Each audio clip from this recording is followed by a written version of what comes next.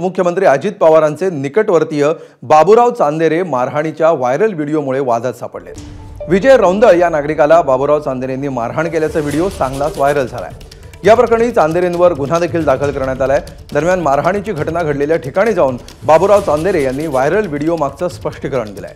रस्त्याचं काम सुरू असताना विजय रौंदळ यांनी विकास कामाला विरोध करत कामगारांना मारहाण केल्याचा आरोप बाबूराव चांदेरे यांनी केलाय। त्याच ठिकाणी तक्रारदार प्रशांत जाधव सुद्धा दाखल झाले। यावेळी काही काळ तणावाचं वातावरण निर्माण झालं होतं।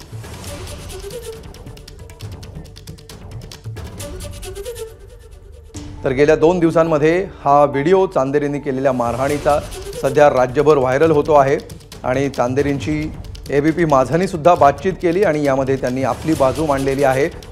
कशा प्रकारे कर्मचाऱ्यांना मारहाण करण्याचा प्रयत्न झाला, दगडफेक करण्याचा प्रयत्न झाला, या आधीच्या घटनांची पार्श्वभूमी या घटनेला असल्याचं देखील त्यांनी म्हटलेलं आहे आणि त्यामुळे केवळ निवडक भाग दाखवण्यात आला आणि या क्लिपचा निवडक भाग व्हायरल होत असल्याची तक्रारही त्यांनी केली आहे।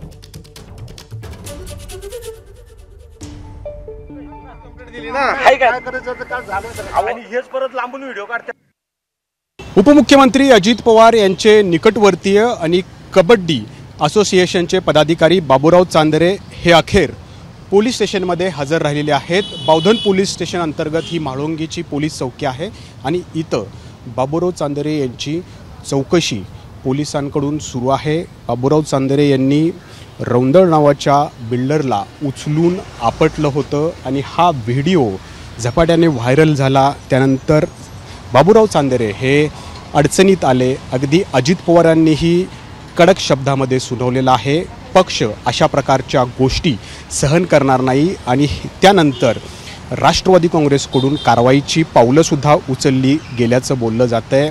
चांदेरे यांचा सगळा अहवाल मागवण्यात आलेला आहे, कारण चांदेरे यांनी पहिल्यांदाच अशा प्रकारचं काही त्यांच्याकडून घडलेलं नाही आहे। तर याच्या आधी एका रिक्षा चालकावरती त्यांनी हात उचललेला होता आणि ज्या कबड्डी असोसिएशनचं त्यांच्याकडं पद आहे त्याच्या स्पर्धा सुरू असताना थेट मैदानात उतरून त्यांनी पंचावरती सुद्धा हात उचलल्याचा व्हिडिओ समोर आलेला होता। त्याच्यामुळं एकामागोमाग एक अशा प्रकारच्या घटना समोर येत आहेत आणि यामुळं पक्षाची सुद्धा बदनामी होते, म्हणून पक्षांतर्गत सुद्धा कारवाई सुरू आहे। आणि दुसरीकडं ज्या बिल्डरला त्यांनी उचलून आपटलेलं आहे त्या प्रकरणात बाबूराव चांदेरे यांना अटक का होत नाही असा प्रश्नसुद्धा ऐरणीवर आहे आणि आता पोलिसांचे डोळे उघडलेले आहेत आणि पोलिसांनी बाबूराव चांदेरे यांना या ठिकाणी चौकशीला बोलवलं आहे। प्रश्न आहे त्यांच्या अटकेचा, त्यांना अटक होणार का सत्ताधाऱ्यांच्या दबावाखाली पिंपरी चिंचवड पोलीस असणार, हा खरा प्रश्न आहे।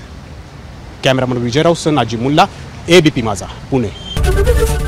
एबीपी माझा, उघडा डोळे बघा नीट।